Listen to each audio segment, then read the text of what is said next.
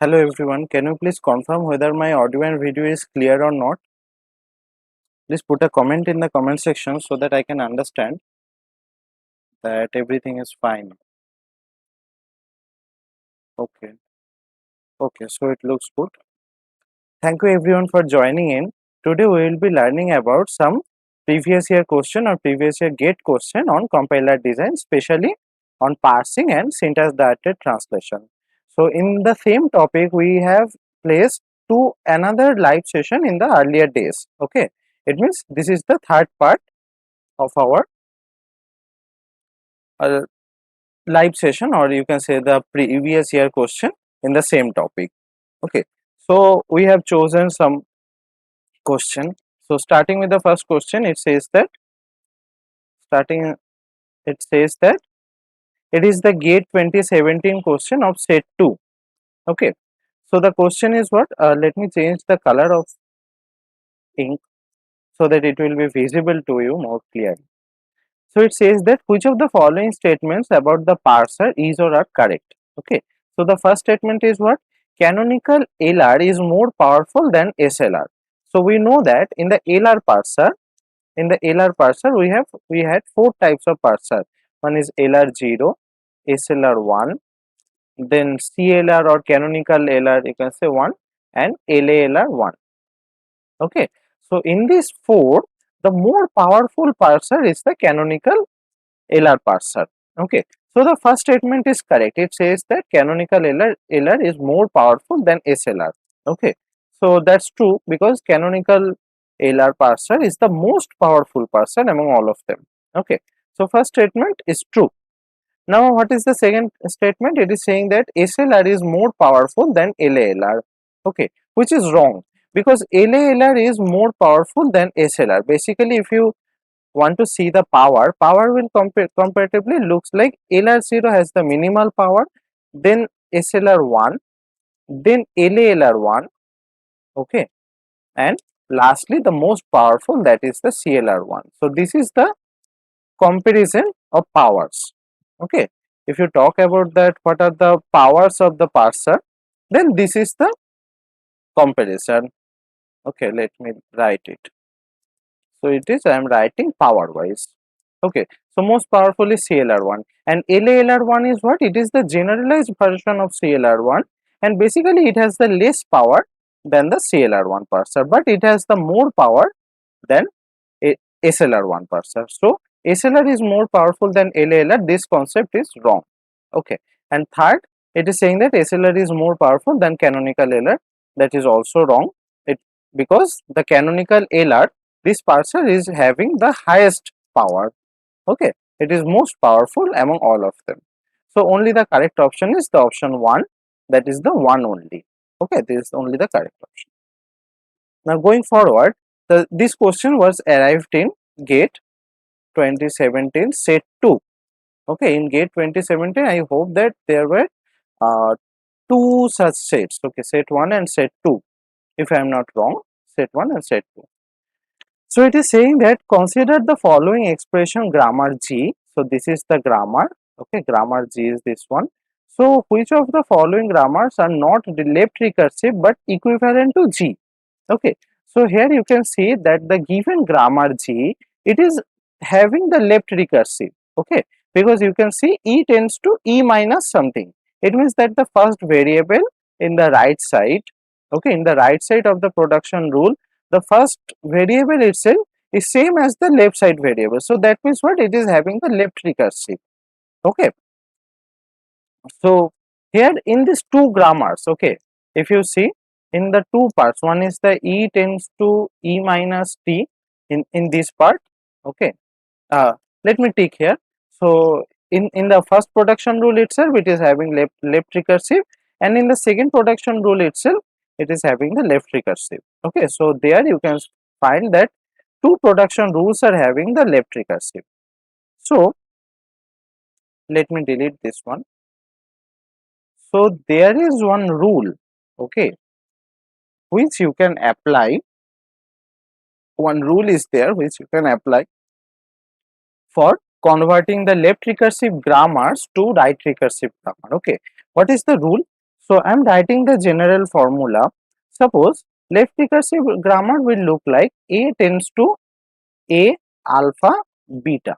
So what is the A? A is any variable, okay, and the variable is generating the variable itself in the left side.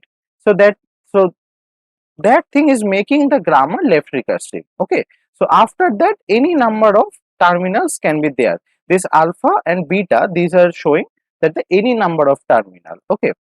Let me write it, that alpha or beta, it is what? It is any number of terminal, and A is what? A is showing the any number of variables, okay. But I think at least one variable should be there, so let me write it as plus, okay, because at least one variable, because without one variable it will be wrong, right? The concept will be wrong, so it will be clean plus, okay. So this is the grammar, or you can say that this is the production rule which is having left recursion, okay. Now if we convert it to right recursion, how will it change? It will change like A tends to, what is the terminal after the slash? The terminal, you can see, that is the beta. So beta A bar, okay. A bar is something that is a new variable we are taking, okay, and A bar is doing what? A bar is taking the previous terminal alpha, then A bar and by null, okay. So using this procedure, okay, I mean we can change the given grammar into this part, okay. We can change the given grammar into the equivalent grammar, but it is not having the left recursion. If you see, it is not having the left recursion, because in the right side of the production rule, it is starting with the terminals itself, okay. So there is no point of talking about the left recursion. So it is just removing all the left recursions and it is converting to the right recursion, okay. So this is the way. I hope that the same concept you have also seen in the live classes or live content classes, okay. Now this is for the problem solving. I have just taken the basic, okay. So if you apply the same, okay, if you apply the same procedure in our given grammar, so it will something look like this. See, this E tends to, we had our T, okay. So we can take the T itself, and then we can have some new variable E bar, okay. I am taking just E bar. So then E bar will look like this. E bar will take the minus T, E bar will take the minus T and E bar itself and null, okay. So E bar will look like this. Now the same if you apply for the second production rule, so that will be T tends to F T bar, okay. T bar is the new variable, and T bar tends to plus F, I mean whatever is there after the variable, na, we'll consider that as alpha, okay. And after the pipe or after the slash, or whatever will be there, we will consider that as beta, and we are writing in the same way, okay. So plus F T bar and or there is the null, okay. So in this way we can change the grammar, and the third production rule itself, it is in the correct order because it is not having any kind of left recursion, so it is in the correct order, so we are just writing this, okay. So this will be our equivalent grammar G, okay. This is our equivalent grammar G. Let me, I'm just writing it as G bar, okay. And it is free from left recursion, okay. It is free from left recursion. So what is the equivalent grammar? I mean the G, what is the equivalent grammar in our given four options, okay. So in the option C only, if you see the option C, so here the X is equal to E bar and the Y is basically equal to T bar, okay. With our given grammar, I mean our modified grammar and the option C, this is the change, okay. So Y is equal to T bar and X is equal to E bar, only this change. So after making the change, C will be the correct answer, okay. C can be the correct answer because all other answers, I mean all other options are not matching our given condition, okay. So the grammar G bar, is actually the modified version of the given grammar G, and it is free from left recursion. Okay, so the same grammar is also given in the option C itself. So option C will be the correct answer. Okay, if you have any doubt in the conversion, please let me know in the comment section so that I can understand. I hope that the same concept, I mean how to convert the left recursion, to right recursion, the same concept you have learned in the our main content classes also. Okay, if you have not, please learn it. Okay, and this is the rule. For the recap, I have just mentioned that this is the rule to be followed. So fine. Now going forward, this is a simple question of GATE 2017. So this question was arrived in set 1 of GATE 2017. So the question is what? It is having 4 production rules are there. Okay, and P will be the variable. Fine. So these are the 4 production rules or grammars are there. So they are asking that what will be the follow of this capital Q. Okay, here all the capital letters are actually representing the variables or non-terminals, and the small letters or null, that is representing the terminals. Okay, small letter or null are representing the non-terminal. So follow of Q. So if we see the production rule this, okay, if you see the production rule this, so Q is here. Okay, from the starting symbol P, so Q is here. So what is the follow of the Q? The follow of the Q, basically what does it mean? What does it mean by follow? So follow means that after the variable Q, what terminals can come? Okay, after the variable Q, what terminals can come? Okay, so we can see from the production rule itself, we can see that after the variable Q, the two another variable that can come. So the first variable is R. Okay, so R can generate W on null. Okay, we can see R can generate W on null. Fine. If R is generating W, as terminal, then what will be after Q? After the variable Q, W terminal will come. Okay, so that means what? That means that in the follow set of Q, W may come. Okay, in the follow set of Q, W may come. But if that R is replaced with null, okay, if R is replaced with null, then what will happen? That after Q, firstly null will come. Okay, so if null is coming, that means that nothing is coming. Okay, null means actually we are representing nothing with null. Okay, so if null is coming, that means nothing is coming. So what is the next terminal? What is the next terminal that can come after this null? So we can see that after this R, the next variable is S. Okay, so S can generate the terminal Y. So S can generate the terminal Y. So after this null, Y terminal can come. Okay, so there are basically two parts. If the R variable that is generating W, then that is fine. W will come after Q. Okay, but if the R variable is generating null, so after Q null will be there. Okay, so we need to check what is after null. So after null, if we check, so we can see that after null S is generating Y. Okay, the capital S or the variable S is generating the terminal Y. Okay, so after the null, the terminal Y can come. Okay, so in that way, after W or Y, this both can come in two different cases after the variable Y. So these two will be in the follow set of Q. Okay, so after this Q, this W or Y, these two variables can come. Okay, so this will be the correct option. If you have any doubt, you can put it in the comment section, or already we have discussed about the follow. What is, how we can calculate the first operation or how we can calculate the follow operation. You can go back in our live classes and you can verify the same. Okay, if you have any doubt, you can put it in the comment section so that we can get back to you. So I hope it is clear. Now the next question is from GATE 2016. This is the set 1 question. Okay, so it is saying what the attribute of three arithmetic operator in some programming language are given. So there are three operators.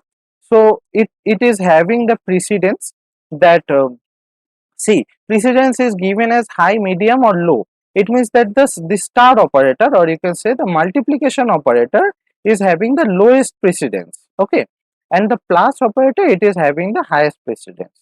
And associativity means suppose there are three variables, okay, and two same operator. Okay, suppose there are three variable and two same operator. So this plus operator is having left associativity. It means that the left operation will act first, and after that the with the result we will apply the second operation. Okay, I mean if there are two same operators are in the queue, okay, so we will perform the left operation first, then we will perform the right operation. Okay, so here they have given this term.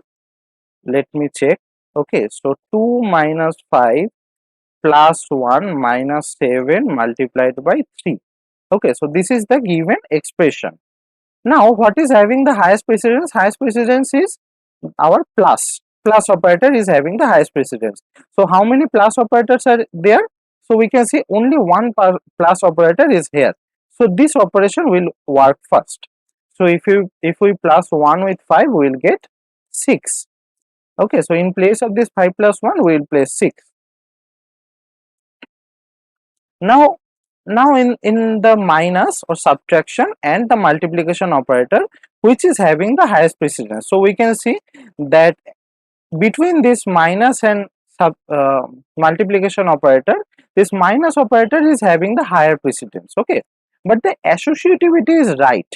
Okay, it means that if we get these two minuses in the queue, okay, I mean if there are same operator in the queue one by one, so the right operator, okay, so the right operator will act first.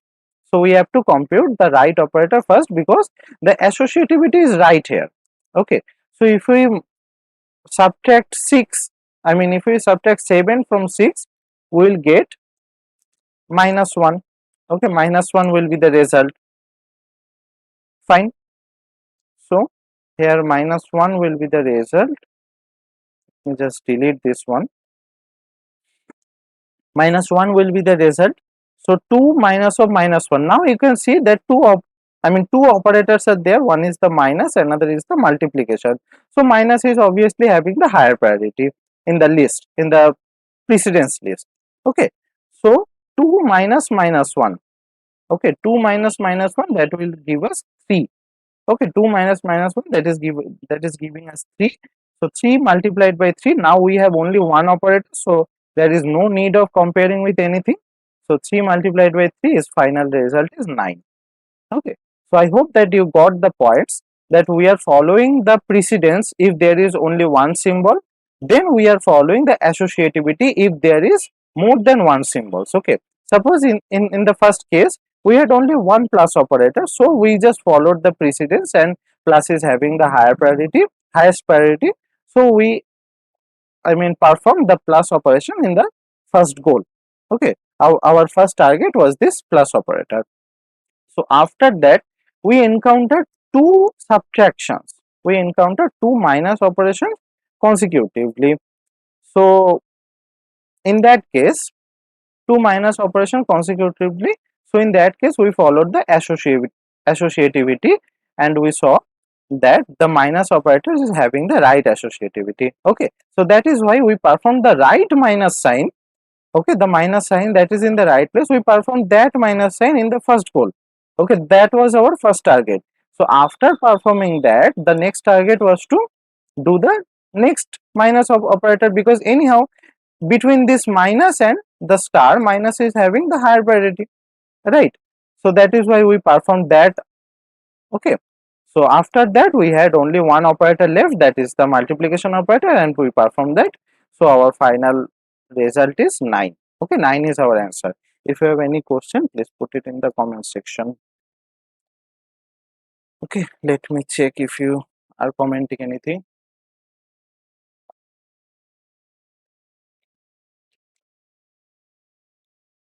See, without your doubts, if you don't ask your doubt, then we won't understand now that you have any doubt or something.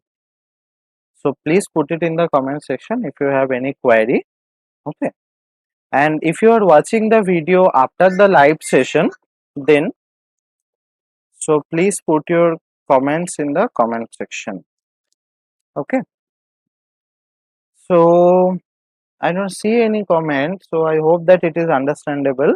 Hence, I am moving forward. Okay. So this question was arrived. This is another previous year GATE question. So this was GATE 2014 set 3 question. Okay. In 2014, we had 3 sets, set 1, okay, set 1, set 2, and as well as this set 3. Okay, we had 3 sets of questions. So this is a set 3 question. So it is saying that one of the purposes of using intermediate code in compiler, okay, we know that in compiler we had some phases. One is the lexical analyzer, then we had the syntax analyzer, okay, then we had the semantic analyzer, okay, and after that we had the intermediate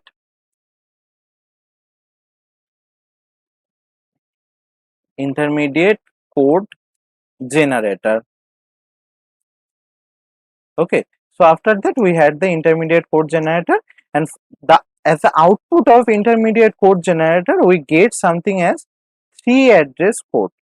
Okay, we get something as 3 address code. This is basically the output of the intermediate code generator. Fine. So it is saying that one of the purposes of using intermediate code in compiler is to make parsing and semantic analyzer simpler. This is wrong, because parsing and semantic analyzer, these two phases are already acting before the intermediate code generator. Okay, so we can say that the intermediate code generation, this phase is working because of the syntax and semantic analysis. Okay, but the vice versa is not true, because the syntax or semantic analysis, these two phases are acting before intermediate code generator. Okay, so that means the first option is wrong. Then the second option is improve error recovery or error reporting. That is also wrong. Okay, because there is no, I mean, there is no part of this intermediate code generator is actually reporting any error. Okay, all the error detection and error reporting are happening in the lexical analyzer, syntax analyzer, as well as in the semantic analyzer. From the intermediate code generator, there is nothing like error recovery or error reporting. Okay, so what is the fourth option? Let's talk the fourth option. So it is saying that improving the register allocation. So improving register allocation, that is something done in the code optimization. Okay, in code optimization we use our resources, uh, optimization optimization. Okay, so in code optimization, we use our resources carefully, and we try to reduce the number of resources or register those are in use. Okay, so improving the register allocation, that is basically a task of the code optimization. Okay, so this won't be a part in our intermediate code.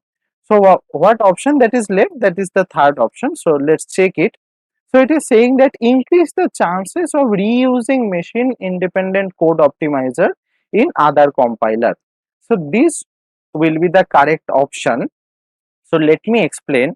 See, if you generate the 3 address code or intermediate code, okay. So intermediate code is something that is platform independent. Okay, I mean till this part in independent. Okay, yeah. So basically till the intermediate code generator part, we did not think about, I mean we need not think about that which platform it is going to be work on. Will it work on any Android platform? Will it work on any Windows or iOS platform? we don't need to think about it, because till the intermediate code generator section, it is platform independent. Okay, so after getting the intermediate code, or after getting the 3 address code, the next part is what? The next part is we need to optimize it. Okay, we need to optimize the code. That is basically an optional part, because maybe we cannot optimize. I mean, maybe in some cases we don't optimize, maybe in some cases we optimize, but the better approach is to optimize the code, because it will reduce the usage of the hardwares. Okay, maybe suppose our 3 address code is generating, in which we are using 4 registers. Okay, but after the code optimization, maybe the same equivalent code is even working with the help of 2 registers. Okay, so that is obviously a better approach. So we need to optimize the 3 address code. Okay, but till the 3 address code part, or in the intermediate code part, it is platform independent. So the machine independent code optimizer, okay, machine independent code optimizer will also perform. Okay, I mean, after getting the intermediate code, we'll put it in the machine independent code optimizer, in which, without having any knowledge of the machine, okay, without having any knowledge of the platform, the code can be optimized. Okay, how the code will be optimized, that we have also talked about in the runtime environment, or in the code optimization. Okay, if you have not viewed the videos, you can go back and you can see. So how the code is working, I mean, how the code or in intermediate code is being optimized in the machine independent code optimizer. Okay, in the machine dependent code optimizer, there is something, another approach is followed, and in the machine independent code optimizer, some another approach is followed. Okay, so basically the intermediate code is doing what? It is increasing the chances of reusing the machine independent code optimizer in the other compilers. Okay, it means it is helping in the code optimization. So that is the true, and it is the only option that is not true. Okay, so in this way now, I mean, in this is called the, I mean, yeah, this is called the eliminating um, performation. Okay, it means that you can eliminate one by one false options. Okay, what are the options you are thinking that it is not true? You can eliminate one by one, and the option that is left with, so that will be the correct option. Okay, so this elimination process you can follow in the actual gate exam itself. So I hope that this question is clear to you. If you have any doubt or queries, please put it in the comment section so that we can understand. Okay, let me wait for some time. If you have any queries, then please uh, put in the comment section.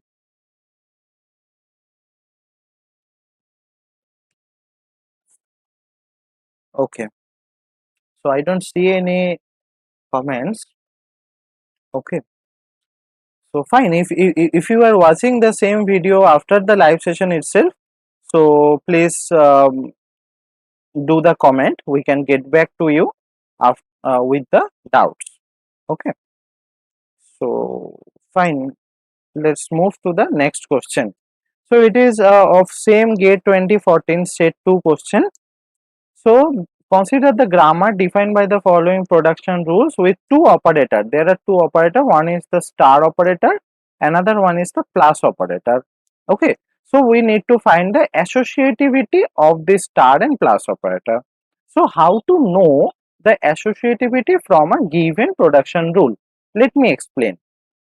Suppose a production rule is looking like A tends to A star T.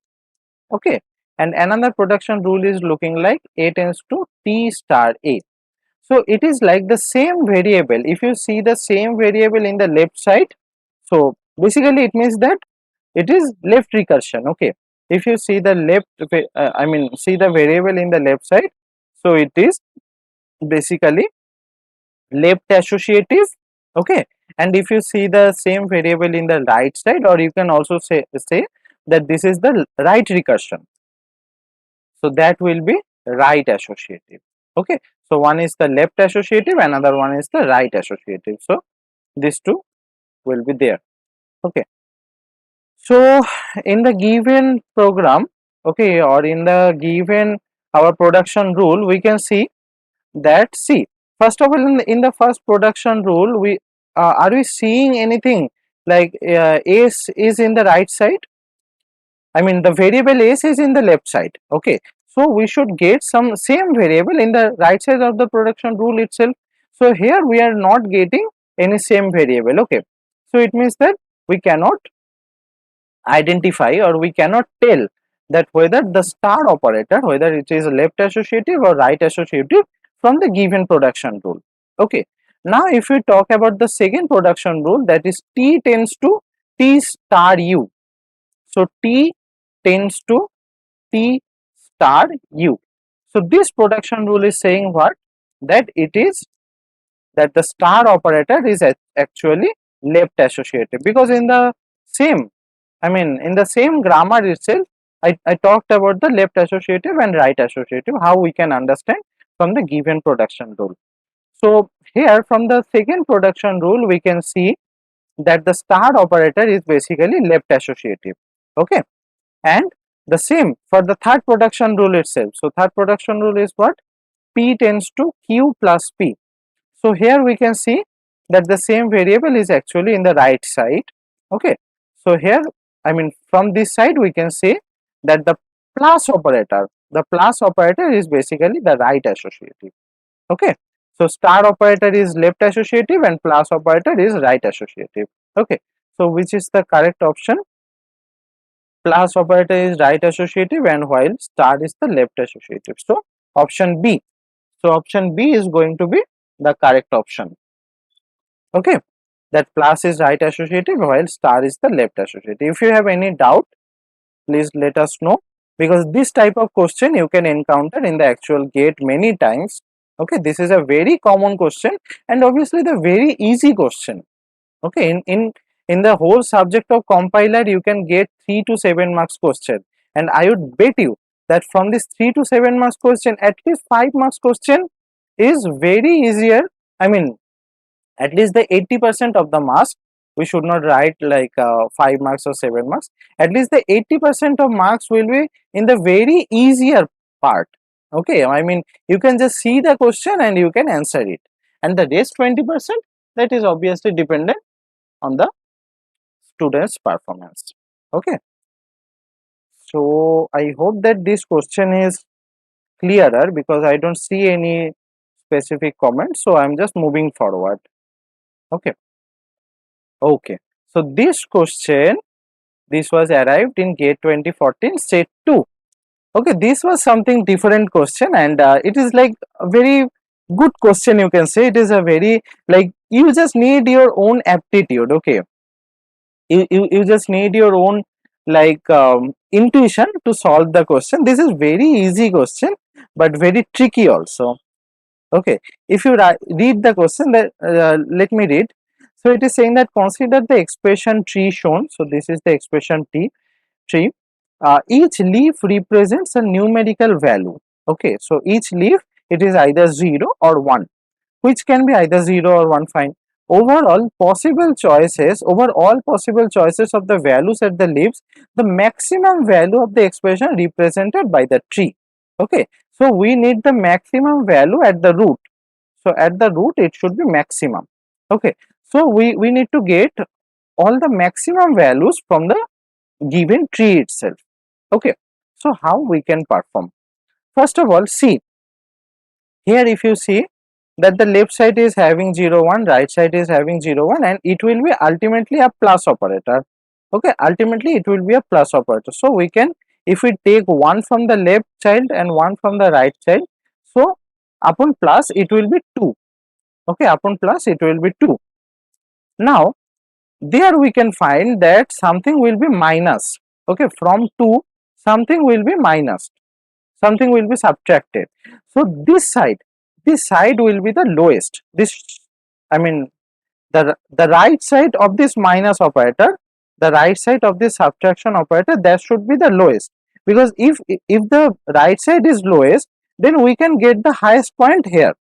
Okay, from 2 if we subtract the lowest thing, then we can get the highest something. Okay, so how we can make it lower? So see, here minus operator is there, so if we take 0 from the left child and if we take the 1 from the right side, so 0 minus 1, the most lowest value that can come, the lowest value that can come, that is 0 minus 1 minus 1. Okay, so after getting the minus 1, if we place in this part, okay, if we place in this part, so that will be something 2 minus minus 1. Okay, because the left tree, the left subtree is giving 2 and the right subtree is giving minus 1. So 2 minus of minus 1, that is basically 3. So 3 is coming at this part. Okay, you can see, like you just need the basic aptitude, okay, for solving the given question. So 3 is coming at this part. Okay, and in the root we can see that it is the plus operator, so right side should also be the most highest. Okay, I mean the right tree should be the highest also. So here also plus operator, so we need here the highest value, also in the right side we need the highest value. So if we try to get the highest value from this side, so we can take 1 in the left child and 0 in the right child. So 1 minus 0, 1 will come from this part. Okay, and here plus operator is there, so both side we can take 1 1. So if we take 1 1, so 2 will come. Okay, and this 1 plus 2 we can get 3 at the right subtree. At the right subtree of the root we can get this 3 itself. Okay, so after, so in the left subtree there is 3 and in the right subtree there is also 3. So what will be at the root? The root will be having 3 plus 3, so 6. Okay, so 6 is our correct answer. 6 is our correct answer for the given question. Now you can see you don't need the knowledge of anything. Okay, without having the knowledge of anything, you can just solve this question with your basic intuition and basic aptitude. Okay, you can place this question in the basic aptitude question itself. So I hope that you are understanding, right? If you have any doubt regarding the question, please let me know. This is a very basic question, right? Like from each of the parts, okay, from each of the subtree, if the operator is plus, then each of the subtrees we need the highest value. Okay, and if the operator is minus, then in the right side of the subtree we need the lowest value, right? That is the simple intuition behind this. Okay, so that's fine. Now going forward, so this question was arrived in GATE 2014 set 1 question, right? So it is having the canonical set of items is given below. So it is the canonical set of item, and now on input of this greater than sign. So if we do the input on greater than sign, so it will be, see, the dot is before this greater than sign. Here the dot is before this greater than sign. So if we perform the shift operation, okay, on symbol greater than sign, so just nothing, the dot will jump the greater than sign. Okay, earlier it was at the front of this greater than sign, or you can say the left of the greater than sign. Now it is jumping the greater than sign. Okay, so that means what, the greater than sign is scanned. Okay, and r is there, and for r, for the variable r, is there any other production rule that those are starting with r? The answer is no, right? There is no other production rule that is starting with r. So basically this is the only item that will be in the canonical set on giving the symbol greater than sign. Okay, symbol greater than, we have this only item. So having only one item, there won't be any conflict, right? I mean, for any conflict we need at least two items, we need at least two production rule, then we can see whether there is any conflict or not. But if there is only one production rule, there is no like process, or there should not be any talk for the conflicts. So there is no RR conflict or there is no SR conflict itself. Okay. So what are the options? That is a shift reduce conflict and reduce conflict is there, so that is wrong. A shift reduce conflict but not reduce conflict, that is also wrong. A shift reduce conflict, sorry, a reduce conflict but not shift reduce, that is also wrong, because here we can see that no conflict is there. Okay, no shift reduce, no reduce.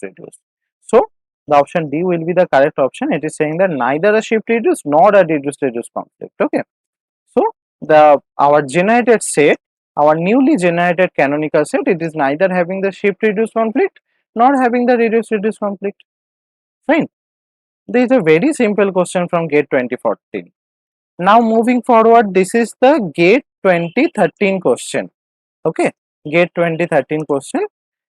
So what is there? We can see that consider the following two sets of LR1 item and a LR1 grammar. Okay, of an LR1 grammar.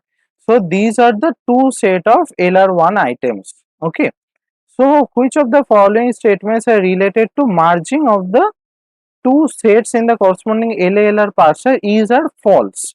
Okay, we need to find that if we merge these two, then which of the following options will be false. Okay, so first of all, you need to understand that how LALR merging is working. We have also talked about this in our content videos only. Okay, so there if you remember that suppose two kind of grammars are there. Okay, suppose two grammars are there, but only their look ahead is different. Okay, same closure is there, only the look ahead is different in the CLR1 table. Okay, this is in the CLR1 table. Okay, or you can say that these are the LR1 items. Okay, because it is watching at the look ahead. Okay, so if the closures are same, only the look aheads are different, then in that cases we can merge them. Okay, we can merge them in LALR. So the closure will be same and the look aheads will just put it in the two columns. Okay, so the look aheads will be merged. So that operation will do in the LALR one. Okay, only the look aheads will be merged. Now here in the given example there is no conflict. Okay, there is no conflict because see, for A and B we have two columns. Okay, for A and B we have two columns. Now if we combine these two production rules, then for A also we have to write the production rule and for B also we have to write the production rule. Okay, so there is no conflict. But when the conflict will arrive, suppose this A tends to B dot, it is having the look ahead AC, as well as A tends to B dot, it is having the look ahead BC. Okay, so we can see that there will be one more column C, in which we will have two production rules. Okay, one is coming from the first production rule, that is A tends to B dot, and another is coming from the second production rule, that is also A tends to B dot. Okay, so we are having two production rules here in the same column, so it is generating some conflict. Okay, so basically what we need to check, that if there is something at the, I mean, if you take the look aheads, if any element is common in between those two or three look aheads, if any element is common, then there will be conflict. Okay, so if the look ahead of the first production rule is L1 and in the look ahead of the second production rule is L2, then L1 intersection of L2 should be null. Okay, if the L1 intersection L2 is null, then we can say that okay, fine, there is no conflict in the LALR1. But if it is not null, then there will be conflict. Okay, and the whole concept we have also talked in the LALR1 parser itself. So if you have any doubt, please go to the video, and if you have any doubt, please put it in the comment section. So I am just deleting this all. Okay, I hope that you made a note of this. So I'm just deleting this all to perform, to check what we have currently. So deletion takes a time. Anyway, fine. Now if we combine these two sets, okay, suppose this is the set 1 and this is the set 2. If we combine these two sets, so first of all, the closure, okay, the same closure, suppose x tends to c dot x. Here in the first set we can get two look ahead c d, and in the second set we have another look ahead, that is the dollar. Okay, so there is no conflict, fine. So next is x tends to dot cx. So first look ahead it is having cd, and in the second it is having dollar. So again no conflict. So third is what? Third production rule, dot d is the closure, and the first set itself it is having two look ahead c or d, and the second set is having the dollar as look ahead. So in the three combinations, there is no conflict, right? There is no conflict in these three combinations itself. So cannot be merged since look aheads are different. This is wrong, because in LALR we can merge. Okay, we can merge only if the look aheads are different. Okay, so it is wrong option. Can be merged but result SR conflict, wrong. Result RR conflict, that is also wrong. Cannot be merged since go to on C will lead to two different set. Okay, that is also wrong. It is not like it is not a correct option. Okay, so all the options are false. So in the question they are asking that which options are false. So all the options false. So the correct option will be 1, 2, 3 and 4, that all are false. Okay, all are not true, because we can perfectly merge. In the given LR1 items we can perfectly merge, and we can make the LR1 item also. Okay, in the it will be parsed in the LR1 parser. Right, it is very simple concept. Now this is our last question. Okay, what is the maximum number of reduced moves that can be taken by a bottom-up parser for a grammar with no epsilon and unit production? So this was arrived in GATE 2013. Okay, GATE 2013. GATE 2013 was, by the way, conducted by IIT Bombay. If I am not mistaken, it is conducted by IIT Bombay. Anyway, so it is saying that what is the maximum number of reduced moves that can be taken by a bottom-up parser for a grammar with no epsilon and unit production. So no epsilon production will be there and no unit production. But here there is some typing mistake, because the unit production will look like variable tends to variable. Okay, there won't be like this variable tends to terminal. These are the correct production rules. Okay, these are not unit production. So this is a typing mistake for them. Okay, so basically unit production will look like A tends to B. Okay, both of them will be variable. So all this will be without any epsilon production and unit production. Okay, so if you talk about the same without any epsilon production or unit production, so it should be, let's take an example. Suppose S tends to AB, this is not an unit production. A tends to A and B tends to B. Here small a and small b are representing the terminals. Okay, now let's take a string AB. So we are reducing with the bottom-up parser. Okay, because it is saying that a bottom-up parser should be there. So we are reducing with the bottom-up parser. So first step is that, first naming all the production rules. So first step is that to use the second production rule. So upon using the second production rule, the small a will be reduced to capital A and B will be there. And again we can reduce with the third production rule and it will be AB itself. And now we can reduce with the first production rule, it will be S itself. Okay, so we can see that for a length 2 string we need 3 reducing steps. Okay, for a length 2 string we need 3 reducing steps. So what will be the correct answer? The correct answer will be 2n minus 1. Okay, So you can say for a length of 2, we need 3 reducing steps. So 2n minus 1 for the given type of grammars. So it is saying, if the question you can see what is the maximum number of reduced move that can be taken by a bottom up parser. So this is the maximum type. Okay.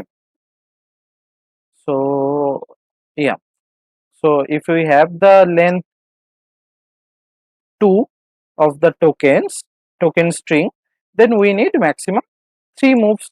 If there is no unit production or null production, okay, if there is any unit or null production, then it may take infinite number of moves. Okay, that we cannot guarantee anything.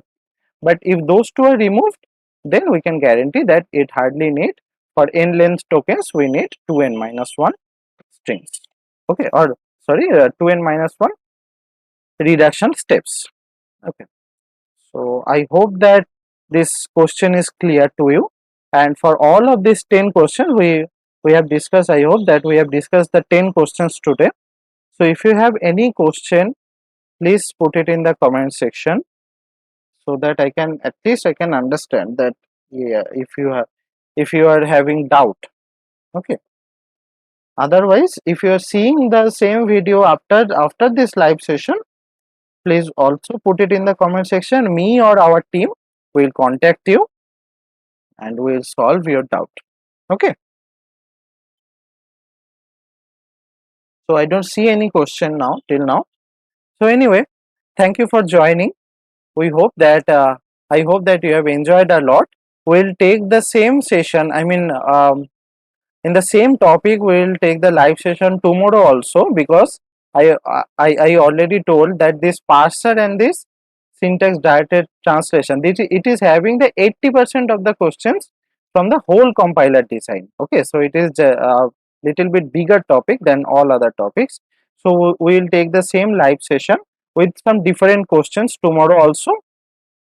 So stay tuned and subscribe our Geeksforgeeks Get Computer Science channel. Thank you for joining in.